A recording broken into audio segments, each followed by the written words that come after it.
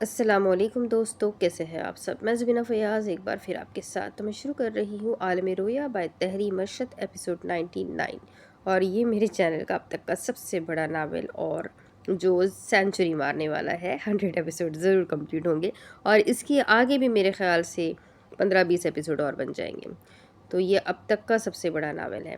تو چلے جی، جن لوگوں نے ابھی تک چینل کو سبسکرائب نہیں کیا تو پلیز سبسکرائب کر لیں، اور جو نئے ہیں وہ بھی سبسکرائب کر لیں، بیل آئیکن کو ضرور دبا دیں، ویڈیو کو ضرور لائک کیا کریں، کمنٹ کر کے ضرور بتائیں کہ آپ کو ناول کیسا لگ رہا ہے، اپنے کانٹیکٹ میں شیئر ضرور کریں۔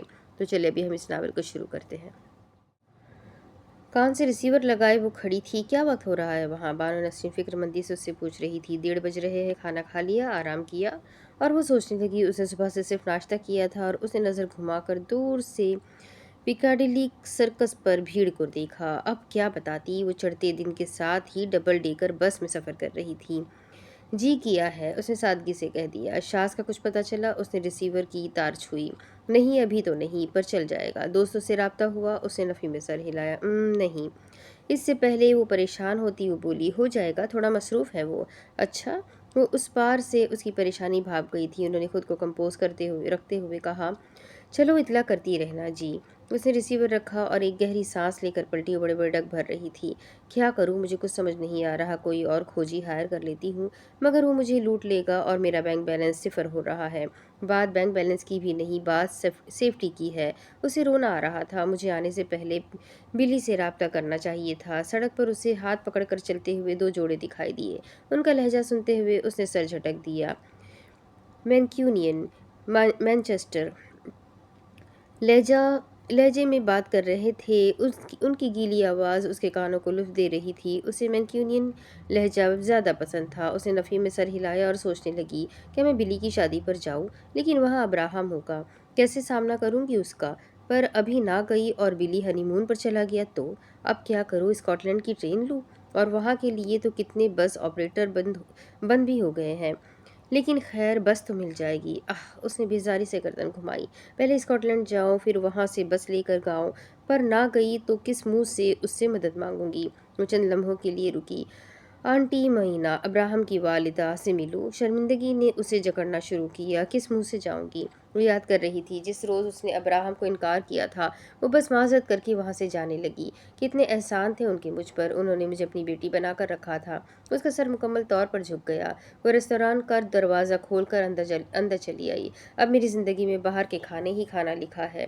اسے پاکستان اور بانو نسرین کی کمی بڑی شدت سے محسوس ہو رہی تھی۔ یہاں ہر کام کرنے کے لیے وقت کو فالو کرنا ہوتا ہے۔ وہاں رات کو بھی ماسٹر ان لا سے فرمائش کرتی تھی تو میرے سامنے تشت پیش کر دیا کرتی تھی۔ کرسی کھینچ کر وہ بیٹھی۔ اس نے ریستوران کا رش دیکھا۔ اب ان کا منہ دیکھو۔ اب تو شدید قسم کا دل چاہ رہا ہے آنٹی معینہ سے ملنے چلی جاؤں۔ ابراہم کی والدہ پاکستانی تھی اور اس کے والد برطانوی تھے۔ اس کے والد کے انتقال کے بعد مسز معینہ نے انہی کے دو سے دوسری شادی کر لی تھی، اور ابراہم اس شادی کے بے حد خلاف تھا، اس لیے وہ گھر سے دور رہتا تھا۔ ہاجرہ سے اس کی ملاقات یونیورسٹی میں ہوئی تو وہ ان سے اسے ملوانے لے گیا تھا۔ مسز معینہ کا پاکستانی خواتین کے لباس کا کاروبار تھا۔ وہ 16 سال سے بزنس چلا رہی تھی۔ یہاں تک لندن میں جو پاکستانی اور بھارتی شادیاں ہوا کرتی تھی، ان کے لیے شہری وہیں سے اپنے کپڑے خریدا کرتے تھے۔ مسز معینہ نے اسے اپنی بیٹی بنا کر رکھا تھا۔ ان کی وجہ سے اسے پاکستانی لباس خریدنے کی ضرورت ہی نہیں پڑا کرتی تھی، اور جب اس کا کچھ بہت کھانے کا دل چاہتا تو ان سے فرمائش بھی کر دیا کرتی تھی۔ اس نے میز پر سر مارا۔ اور میں نے کیا کیا؟ وہ دھیرے دھیرے سر مار رہی تھی۔ میم، ویٹر کی آواز پر وہ چونکی۔ اس نے دھیرے سے سر اٹھایا۔ سامنے وہ مینو پکڑے کھڑا تھا۔ اس نے اس سے مینو لے لیا۔ وہ اسے پڑھنے لگی۔ بینگر سینڈ میش، وہ تصور کرنے لگی، ساسیجز اور ابلے آلو پیاز کی گریوی کے ساتھ۔ فہرست پر مزید نیچے نگاہ گئی۔ کیا زندگی تھی! میز پر کھانا لگا ملتا تھا، اب تو کھانا کھانا بھی مشقت ہے۔ بٹی، جھینگا مچھلی یا ٹوینا سینڈوچ؟ وہ سوچنے لگی۔ سینڈوچ ہی منگوا لیتی ہوں، ساتھ ومٹو۔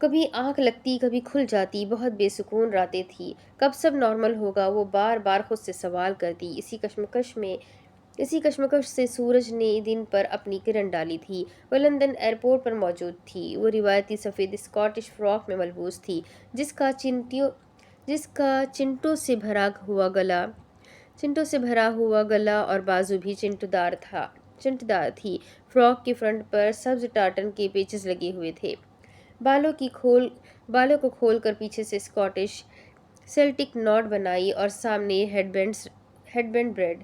وہ اسکاٹش انداز میں بلی کی شادی میں شرکت کرنے کے لیے تیار تھی۔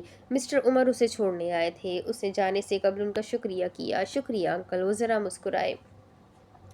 میری کوئی بیٹی نہیں ہے، تم میری بیٹی ہو۔ بیٹیاں شکریہ نہیں کرتی، دعائیں لیتی ہے۔ انہوں نے احتیاط سے اس کے سر پر ہاتھ رکھا تاکہ اس کا ہیئر سٹائل خراب نہ ہو جائے۔ اس نے دیدے گھما کر اوپر دیکھا اور انہیں دیکھا تو دونوں کی ہنسی چھوٹ گئی۔ وہ ان کا اور مسز معینہ کا جتنا شکریہ ادا کرتی، وہ ہمیشہ یہی کہہ کر اسے لوٹا دیتے، تم میری بیٹی ہو۔ وہ جانے لگی تو انہیں کچھ یاد آیا۔ سنو بیٹی، وہ رکی۔ اس نے ہینڈ کیری سنبھالتے ہوئے انہیں دیکھا۔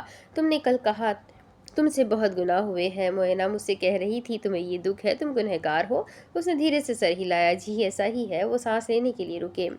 اپنا گناہ دیکھ کر خود سے ہی طے مت کر لیا کرو کہ تم کس چیز کی مستحق ہو۔ جنت کسی کا قومی گھر نہیں ہے اور جہنم کسی کا قومی قید خانہ نہیں ہے۔ ان کے مثبت الفاظ کانوں میں پڑے تو اس کا حوصلہ بڑھ گیا۔ جی۔ وہ اسکاٹ لینڈ کے سفر کے لیے نکل رہی تھی۔ وہ ہاجرہ تھی، ہجرت نہ کرتی تو ہاجرہ کیسے ہوتی؟ تو وہ اسکاٹ لینڈ جا رہی تھی، پہاڑیوں کے ملک، ایسے ملک جہاں کا لینڈ اسکیپ انسان کی جنت دیکھنے کی دلچسپی بڑھا دیتا ہے۔ بلی کا اسکاٹ لینڈ بہت خوبصورت تھا اور وہاں کی لڑکیاں بھی بہت خوبصورت تھیں، خاص کر اس کے گاؤں کی لڑکیاں۔ جب وہ انہیں دیکھتی تو اس کے ذہن میں ولیم ورڈسورتھ کی ڈیفوڈلز میں بیان کی لڑکی کا خاکہ بنتا۔ جہاز میں بیٹھے وہ اپنی یونیورسٹی کے زمانے کے دن یاد کر رہی تھی۔ ان کے فلیٹ میں ہائی ٹی میل چل رہا تھا۔ سب لاؤنج میں موجود تھے مگر وہ اپنے کمرے میں تھی۔ ابتدا میں وہ اکیلی خود ہی گمراہ کرتی تھی، نہ کسی سے بات کرتی تھی نہ کچھ کہتی تھی۔ ہیجرا، اس نے زمین پر بیٹھے ہوئے باہر کی جانب دیکھا۔ اس کے کمرے کا دروازہ نیم کھلا تھا۔ تم مجھے کچھ اور کہہ کر پکار لیا کرو۔ اور وہ کلسنے لگی، اس کے منہ سے ہیجرا لگتا ہے۔ وہ دروازہ کھول کر اس کے روبرو آ کھڑا ہوا۔ اس نے سر اٹھا کر دیکھا۔ مانا تمہیں اپنا ملک بہت یاد آتا ہے، پر جو زندگی کے 4 دن ہیں ان کا لطف اٹھا لو۔ ایک دن تم بہت یاد کرو گی اس زندگی کو، کیونکہ یہ ہماری زندگی کا سنہری وقت ہے۔ اس نے بیزاری سے ہاتھ ہلا کر اشارہ کیا، تم جاؤ یہاں سے، میں اداس ہوں۔ وہ یہ سنتے فوری آگے چلا آیا، تو چڑیوں کی جنگ کی کہانی سنو گی؟ اس نے ناسمجھی سے اسے دیکھا۔ کیا؟ وہ پلنگ پہ بیٹھ گیا۔ جب میرے ملک میں کوئی اداس ہوتا ہے تو ہم اسے اپنی کہانیاں سناتے ہیں۔ کیسی کہانی؟ اس نے بھاؤ اٹھایا۔ وہ سنانے لگا۔ ایک وقت کا ذکر ہے، ایک شہزادہ تھا۔ اپنے باپ کو خوش کرنے کے لیے وہ جانوروں کی جنگ پر گیا۔ اختتام پر سب جانور مارے گئے، بس سانپ اور جنگلی کوا رہ گیا، اور جیت کوے کی ہوئی۔ وہ کوا جادوئی کوا تھا اور وہ شہزادے کی سواری تھا۔ جیسے جیسے وہ اسے کہانی سناتا گیا وہ اس کے سحر میں کھوتی چلی گئی، یہاں تک کہ وہ ہنسنے لگی۔ ایک اور سنو۔ اس نے کیک اور چائے وہیں منگوا لی تھی۔ وہ چائے پیتے ہوئے اس کی سن رہی تھی۔ ایک شہزادی بہت باغی تھی اور اس کا باپ اتنا ظالم۔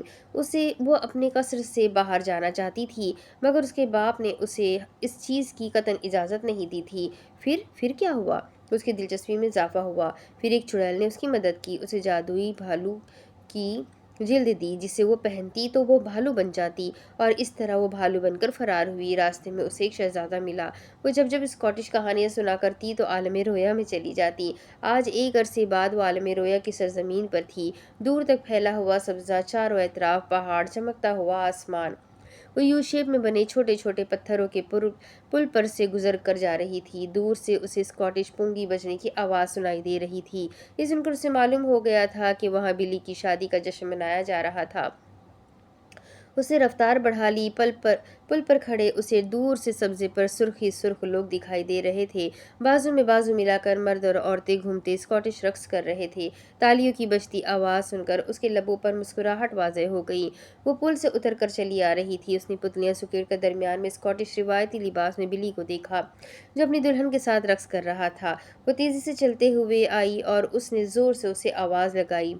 بلی، غیر شناسا آواز پر سب رکے، گیت بند ہو گیا۔ بلی نے غیر یقینی سے میکانیکی انداز میں سر اٹھایا اور وہ ہاجرہ کو دیکھ کر خوشی سے اچھل کر اپنی دلہن کا ہاتھ پکڑے آگے چلا آیا۔ بونی لیس، خوبصورت لڑکی، وہ اپنی بیوی سے اپنی زبان میں کچھ کہہ رہا تھا۔ اس کی سن کر اس نے مسکرا کر ہاجرہ کو دیکھا۔ وہ اس کے قریب آتے رکا، گیت پھر سے بجے اور رقص شروع ہو گیا۔ تمہاری شادی ہو گئی؟ اس نے دھیرے سے سر ہلایا۔ آئے بونی لیس، عقب سے ایک فربا خنجر خاتون چلی آ رہی تھی۔ اس نے سامنے دیکھا، وہ مسز ایلا تھی۔ مسز ایلا، وہ چہک کر آگے آئی۔ انہوں نے اسے بازو سے تھاما۔ ابھی وہ ان سے مل رہی تھی کہ ان کے پیچھے تھوڑے فاصلے پر کھڑا دراز کا صاف رنگت گھنے بالوں والا آدمی دکھائی دیا۔ اس کی صورت دیکھتے ہی دھیرے دھیرے ماضی سے پٹ کھلنے لگی۔ یہ کیا لکھا ہے؟ وہ کلاس کے باہر سے اسے دیکھ رہا تھا، سیاہ بال سامنے دونوں طرف گرے ہوئے۔ اسے اس کی الماس آنکھیں بے حد خوبصورت لگتی تھی اور ان کا سنگھار انہیں مزید خوبصورت بناتا تھا۔ لبوں پر سیاہ لپسٹک، ہائی نیک اور جینس میں ملبوس، میز سے بازو ٹکائے، وہ ایک عرب لڑکے کے خط میں سے صرف ونہوں کی غلطیاں نکال رہی تھی۔ اس نے بھاؤ اٹھا کر پوچھا، "Didn't talked" اور پھر کاغذ بند کر کے اس کے سامنے رکھ دیا۔ پہلے انگریزی سیکھ لو، بعد میں آ کر پیشکش بھی کر دینا۔ وہ اٹھی، اسے چھوٹی ہیل شو کی ٹک ٹک کی آواز سنائی دی۔ وہ باہر چلی آئی اور اسے نظر انداز کرتے آگے بڑھی۔ اس نے بیزاری سے بالوں میں ہاتھ پھیرا اور اسے اس کی کانوں میں پہنی چٹیا پر چیتا پرنٹ بالیاں نظر آئی۔ وہ اپنا بیگ کندھے پر ڈالے اس کے پیچھے جانے لگا۔ لا اسکول کی بھیڑ میں وہ اس کے پیچھے چلا آ رہا تھا۔ اچانک وہ رکی اور مڑی، پر وہ نہیں مڑا۔ اب سے میرے پیچھے آئے تو میں تمہیں پلا پپ کہہ کر بلاؤں گی، ٹھیک ہے؟ اس نے کوئی تاثر نہیں دیا۔ وہ آگے بڑھی اور وہ اس کا تعاقب کرتا رہا۔ وہ چلتے ہوئے مسکرائی اور وہ اس کے ساتھ چلنے لگا۔ کہاں سے ہو؟ اس نے اسے دیکھا۔ کہاں کی لگتی ہوں؟ اس نے آنکھیں پھیلائی۔ اس نے اندازہ لگاتے ہوئے آنکھیں چینی کی۔ دیکھ کر اندازہ لگانا مشکل ہے۔ وہ اپنے مغرور چھپ میں چلتی رہی۔ پاکستان سے؟ اب اس نے ایک نظر اس خوبرو نوجوان پر ڈالی۔ تم کہاں سے ہو؟ وہ سادگی سے بتانے لگا، میں آدھا برطانوی اور آدھا پاکستانی ہوں۔ اس نے طنزیہ پوچھا، برطانوی ہو کہ پاکستانی؟ جہاں کا باپ ہوتا ہے وہیں ہماری اصل پہچان ہے۔ میرے والد برطانوی تھے اور ان کا انتقال ہو چکا ہے۔ اس کی سادگی پر وہ تھوڑا شرمندہ ہوئی، پر اس نے محسوس نہیں کروایا۔ وہ اب اس کی جانب مڑی۔ اس نے بازو سینے سے لپیٹ لیے۔ اچھا، کس شہر سے ہے تمہاری امی؟ لاہور کے قریب ہے۔ وہ نام سوچنے لگا۔ ہاں، اسے یاد آیا، گوجران والا۔ اچھا، اسے سن کر اچھا لگا تھا، میں بھی وہیں سے ہوں۔ وہ سیدھا چلنے لگی۔ اب اس نے اردو میں بات کی، میری موم سے ملو گی؟ اس نے اس کی اردو سنی تو انداز پاکستانی ہی لگا۔ ان کا پاکستانی کپڑوں کا کاروبار ہے، تمہیں اچھی ورائٹی ملے گی۔ اسے اس کا دو ٹوک انداز میں بات کرنے کا انداز اچھا لگ رہا تھا۔ زندگی میں پہلی مرتبہ کوئی لڑکا اسے اپنے خاندان سے ملوا رہا تھا۔ کیسے رد کرتی؟ وہ رکی۔ اس نے بغور اس کی آنکھوں میں دیکھا۔ اسے مارکیٹنگ کہوں یا تمہاری ڈیئر ڈیولی؟ وہ مسکرایا اور دونوں گالوں پر گڑھے پڑے۔ اچھے کاموں کو ڈیئر ڈیولی تو نہیں کہنا چاہیے، تم اس کے لیے اوڈاکیوس والا ایڈجیکٹو استعمال کر سکتی ہو۔ اس نے چلتے ہوئے پوچھا، کیوں اسٹاک کر رہے ہو؟ میرا نام ابراہم ہے، تمہارا فلیٹ میٹ ہوں۔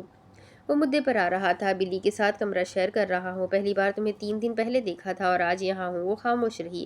بلی سے اچھی دوستی ہے تمہاری؟ اس نے کندھے اچکائے۔ ہاں ہے، پر میں زیادہ اکیلا رہنا پسند کرتی ہوں۔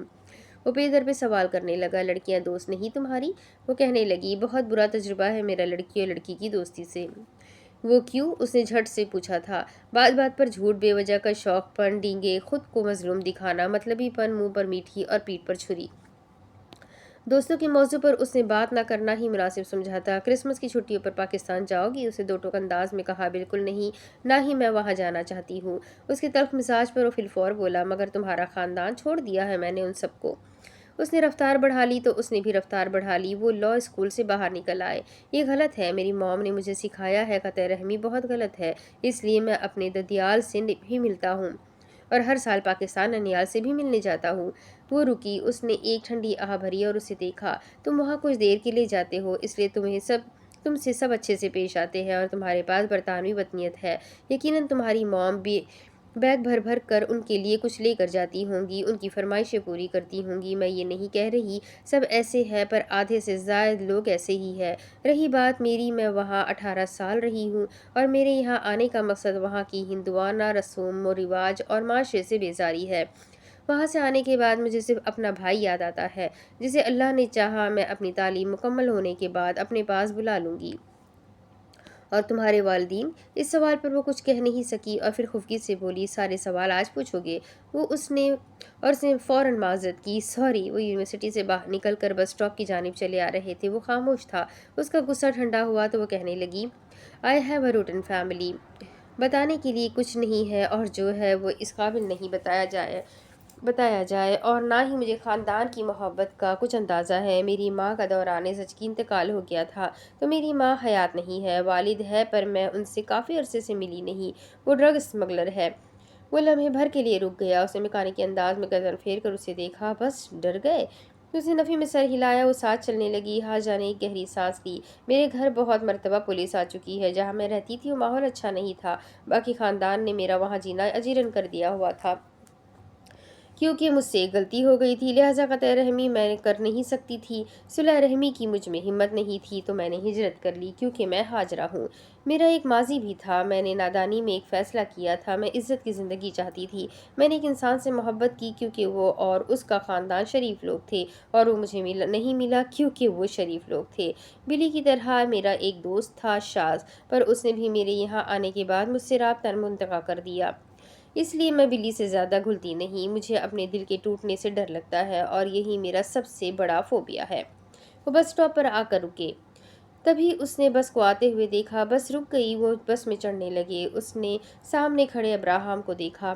اپنی امی سے کہنا، اسلم بٹ کی بیٹی ہوں، وہ خود ہی تمہیں مجھ سے ملنے سے روک دیں گی۔ وہ آگے بڑھا، مگر بس چلنے لگی۔ وہ خالی چہرے سے اسے دیکھ رہی تھی، اور وہ وہیں کھڑا اسے دور جاتے ہوئے دیکھتا رہ گیا۔ اسے اس سے بات کر کے ہی اندازہ ہو چکا تھا کہ وہ بہت ہی تلخ اور طنز مزاج لڑکی تھی۔ دی باڈی شاپ میں وہ سیلز مین کی نوکری کیا کرتا تھا۔ وہ پروڈکٹ سیدھے کر کے رکھتے ہوئے اس کے متعلق سوچ رہا تھا، ملوں کہ نہ ملوں، مگر کیسے نہ ملوں؟ ہاجرہ سے قسمت ایک بار ملاتی ہے، اور پھر اس سے ملنے کی خواہش بار بار کی جاتی ہے۔ تبھی زور کی آواز آئی۔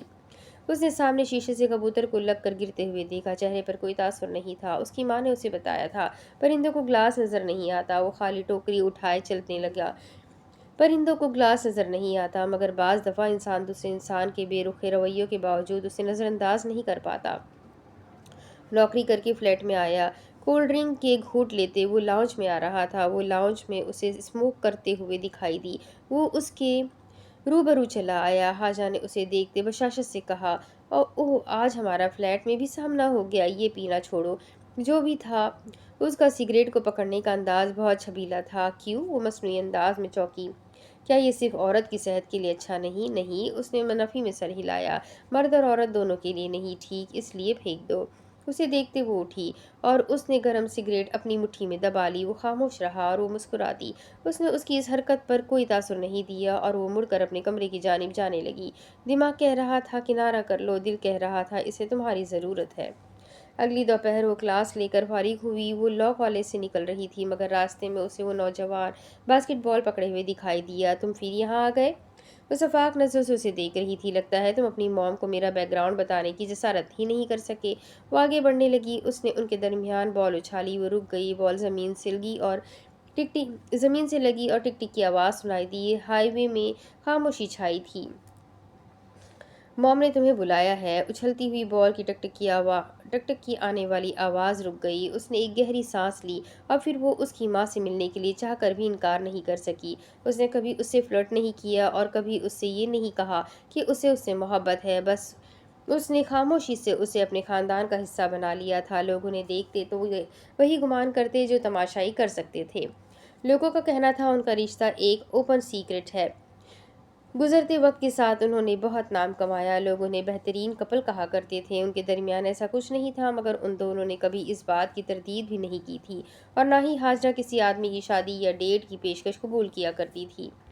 اپنے LLM کے دوران اسے یونیورسٹی کے ایک ینگ برطانوی ترک پروفیسر نے شادی کی پیشکش کی تھی، جس کا رد اس نے یوں کیا تھا، مسٹر احمد، میں نے آپ کی کتابیں پڑھی ہیں، اور آپ کی شخصیت کو جان کر مجھے لگتا ہے آپ بہت خشک انسان ہیں۔ آپ اپنے علاوہ کسی کو توجہ نہیں دیتے۔ مطلب؟ وہ حیرت سے اسے دیکھنے لگے۔ آپ کے کچھ اصول ہیں اور اگر ان کی فرمانبرداری نہ کی جائے تو آپ اپنی انا کا مسئلہ بنا لیتے ہیں، اور مجھے کسی ایسے آدمی کی تلاش ہے جو مجھ پر کوئی بات زور زبردستی مسلط نہ کرے۔ وہ کہنے لگے، میں آپ کو غلط ثابت کر سکتا ہوں۔ وہ ذرا مسکرائی اور کہنے لگی، ایسی عادتیں غلط ثابت نہیں کی جاتی، ایسی عادتیں اپنائی جاتی ہیں، اور عادتیں اتنی جلد نہیں پڑا کرتی۔ وہ مردوں کو پیچھے بھگانا اور پھر ان کے ہاتھ نہ آنا بہت اچھے سے جانتی تھی۔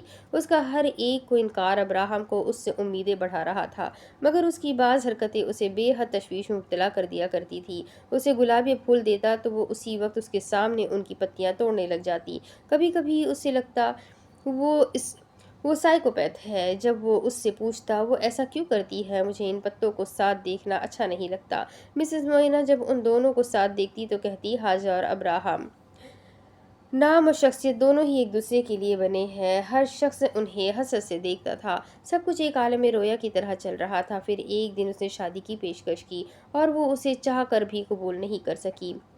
ہوتے ہیں نا کچھ ایسے بریک اپس جن کا افسوس ہر انسان کرتا ہے، جس کی وجہ ہر انسان جاننا چاہتا ہے۔ ان کا بریک اپ بھی بالکل ایسا ہی تھا۔ وقت گزر گیا تھا، وہ اس کے روبرو کھڑی تھی۔ دھوپ گرنے کے سبب بالوں میں لگے موتی جگمگا رہے تھے۔ اسے اپنی زندگی میں دو لوگوں پر بہت ترس آتا تھا، زہرا اور ابراہم۔ وہ دل سے مانتی تھی کہ وہ دونوں اس کے مستحق نہیں تھے۔ اس نے بلی کی جانب دیکھا، کچھ بات کرنی ہے؟ وہ چونکا، ابھی؟ اس نے دھیرے سے سر ہلایا۔ اس نے ابراہم کو دیکھا، تم سے بھی؟ وہ بے اعتنائی سے بولا، مجھے تمہاری کوئی صفائی نہیں چاہیے۔ جواباً وہ اپنے طنزی انداز میں بولی، میں کوئی جھاڑو نہیں جو ہر کسی کو صفائی دوں۔ اور وہ اس کے منہ زوری پر حیران رہ گیا۔ بلی اپنی دلہن سے کچھ کہتے حاجہ کے ساتھ چلنے لگا اور ابراہم ان کے پیچھے آیا۔ ایک طرف وہ کھڑے تھے۔ اس نے بہت ہمت کرتے ہوئے ان سے کہا، مجھے تم دونوں کی مدد چاہیے۔ ابراہم نے سر پکڑ لیا اور شدید غصے سے پلٹا، تو یہ اس لیے واپس آئی ہے؟ بلی خاموشی سے اسے دیکھ رہا تھا۔ برائے مہربانی بلی، انکار مت کرنا، میرا شوہر لاپتہ ہے اور مشکل میں ہے، مجھے اسے بچانا ہے، اس پر ایک جھوٹا کیس ہے، تو لڑ لو۔ ابراہم خفگی سے بولا۔ وہ کہنے لگی، جرم کے وقت وہ یہاں غیر قانونی تھا۔ بلی نے تعصب سے کہا، افسوس، یہ تم نے کیسے انسان سے شادی کر لی ہے؟ وہ جذباتی ہو گئی، وہ بہت اچھا انسان ہے، بس وہ پھنس گیا تھا، اور وہ بھی وکیل ہے۔ ابراہم نے غصے سے کہا، فی فی فی۔ بلی کو برا لگا تھا۔ ابراہم، نہیں کرو۔ وہ اس کی جانب متوجہ ہوا، کس نے کیس کیا ہے اس پر؟ کوئی جاپانی جلد کا طبیب ہے، اور مجھے اس کے متعلق کچھ نہیں پتا۔ جاپانی، وہ بھی یہاں؟ ابراہم نے حیرت کا مظاہرہ کیا۔ بڑی ہی حیرت کی بات ہے، جنگ عظیم دوم میں برطانیہ نے جاپان کے ساتھ اتنا برا کیا، پھر بھی یہاں جاپانی؟ ہاجرہ جذبس ہوئی۔ برطانیہ نے آدھی دنیا کو غلام بنایا تھا، مگر پھر بھی یہاں آدھی دنیا کے لوگ رہتے ہیں۔ اپنی بے فضول خیاس آرائیاں بند کرو۔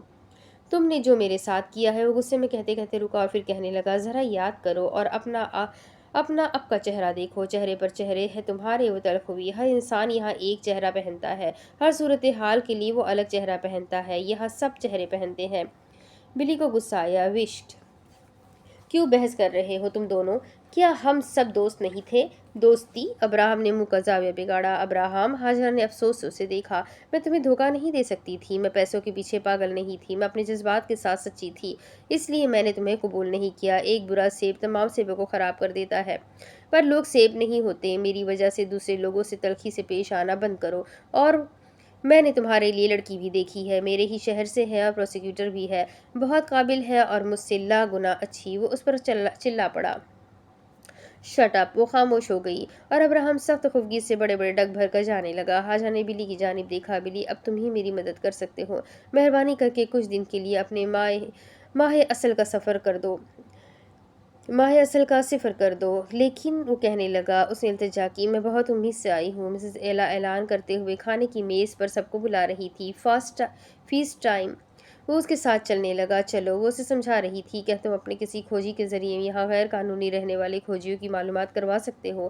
میں تمہیں اس کا خاکہ دیتی ہوں اور ایک خفیہ پیغام۔ اگر وہ اس کا جواب دے گا تو شاید میں اپنے شوہر سے رابطہ کر سکوں۔ کیسا پیغام؟ وہ پوری توجہ سے سن رہا تھا اور وہ بولی، چیتا جب گرگ بنا۔ اس نے سر ہلا دیا۔ اب وہ پوچھنے لگا، ابراہم کا کیا کرنا ہے؟ اور تم اچانک یہاں؟ معذرت خواہ ہوں، تم سے ٹھیک طرح مل نہیں پایا۔ اور تمہارے ملک میں کیا ہوا؟ تمہارا شوہر تو وہیں تھا۔ مسز ایلا گھنٹے پر ہتھوڑا مارنے لگی۔ اس نے اپنی ماں کو دیکھا، چلو باقی بات بعد میں کرتے ہیں، اب امی غصہ ہو رہی ہے۔ اور وہ مسکرا پڑی۔ اسے مسز ایلا بالکل پاکستانی روایتی خواتین جیسی لگتی تھی، یا شاید جب وہ بلی کو ڈانٹتی تھی تو اسے وہ ان جیسی لگتی تھی۔ مہمان میز پر جمع تھے۔ ہاجرہ ابراہم کے ساتھ بیٹھی تو اس نے خفگی سے اسے دیکھا۔ ہاجرہ نے اسے دیکھتے ہوئے کہا، اس کا نام زہرا ہے۔ ابراہم نے اسے نظر انداز کیا۔ مسز ایلا ان کا الگ بنایا کھانا ان کے سامنے رکھنے لگی۔ اس نے اپنی ٹوکری سے بیک بریڈ نکالی۔ سیام نینی ہے، مشرقی خوبصورتی ہے۔ اپنے سامنے پڑے ڈونگے میں اس نے یخنی دیکھی، وہ محفوظ ہوئی۔ کلن سکنک، مچھلی، آلو اور پیاز کا سوپ۔ وہ اسے سوپ باؤل میں نکالنے لگی، مگر آج اسے اس کی خوشبو کچھ زیادہ اچھی نہیں لگی تھی۔ شاید سفر کی تھکان کے سبب اسے کھانے کو دل نہیں چاہا تھا۔ اب اس نے خالی بریڈ کھائی اور پھر سے ابراہم کو دیکھا۔ میں نے آنٹی کو اس کا پتہ دے دیا ہے۔ ابراہم نے غصے سے دانت پیسے۔ وہ اس سے شدید طور پر بیزار کر رہی تھی۔ ابراہم ڈش سے چمچ پکڑنے لگا تو ہاجرہ نے چمچ لے لیا اور ڈش کو دیکھتے ہوئے بولی،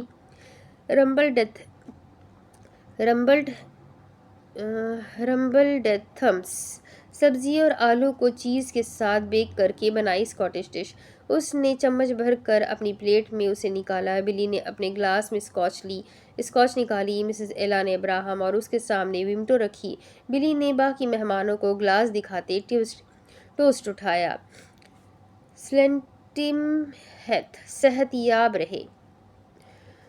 ہاجرہ خاموشی سے کھا رہی تھی۔ وہ اور ابراہم اس کے دوست ضرور تھے، مگر کسی بھی عیسائی رسم میں وہ اس کا ساتھ نہیں دیا کرتے تھے۔ ابراہم نے ومٹو کا گھونٹ لیا۔ ہاجرہ نے اسے دیکھا۔ محبت کا کوئی علاج نہیں ہے سوائے اور محبت کے، شادی کر لو۔ بلی نے اسکاچ وسکی پیتے ہوئے ہاجرہ اور ابراہم کو دیکھا۔ ان کے مسئلے میں میں پس رہا ہوں۔ موو آن کا مطلب؟ اس نے گلاس رکھ کر کاٹا اور چھری اٹھائی اور چیز کی لیئر کو کاٹنا شروع کیا۔ موو آن کرنا ہوتا ہے، ہر جگہ منہ مارنا نہیں ہوتا۔ ہاجرہ نے منہ میں کانٹا دبایا، اسے دیکھا۔ اس نے منہ سے کانٹا نکالا۔ کیا تمہارے لیے شادی منہ مارنا ہے؟ شادی ایک خوبصورت رشتہ ہے، اتنا خوبصورت کہ میں نے اس ایک ہی آدمی سے 2 مرتبہ کیا، اور اب اسے لیگل کرنے کے لیے تیسری بار بھی کروں گی۔ 1 مہینہ ہونے والا ہے مجھے اس سے بچھڑے ہوئے۔ مجھے کچھ نہیں پتا کہ وہ کہاں ہے، کیسا ہے۔ پلیز ابراہم، میری مدد کرو۔ اس نے نوالا لیا۔ چہرے پر کوئی تاثر نہیں تھا، اور اس کے تاثرات سے اس نے اندازہ لگا لیا تھا یہ انسان اتنی جلدی موم نہیں ہونے والا تھا۔ اب اس کے آگے کی کہانی میں آپ کو اگلے ویڈیو میں سناتی ہوں کہ ابراہم اور بلی دونوں مل کر اس کی مدد کریں گے، وہ لوگ کیسے شاز کو ڈھونڈیں گے۔ یہ جاننا بہت انٹرسٹنگ ہے، تو میرے ساتھ بنے رہیں۔ ویڈیو کو لائک ضرور کریں، چینل کو سبسکرائب کریں، بیل آئیکن کو ضرور دبا دیں، اور ساتھ ہی کمنٹ کر کے ضرور بتائیں کہ آپ کو ناول کیسا لگ رہا ہے۔ ملتے ہیں اگلے ویڈیو میں، تب تک کے لیے اپنا خوب سارا خیال رکھیں، مجھے بھی دعاؤں میں یاد رکھیں۔ اللہ حافظ۔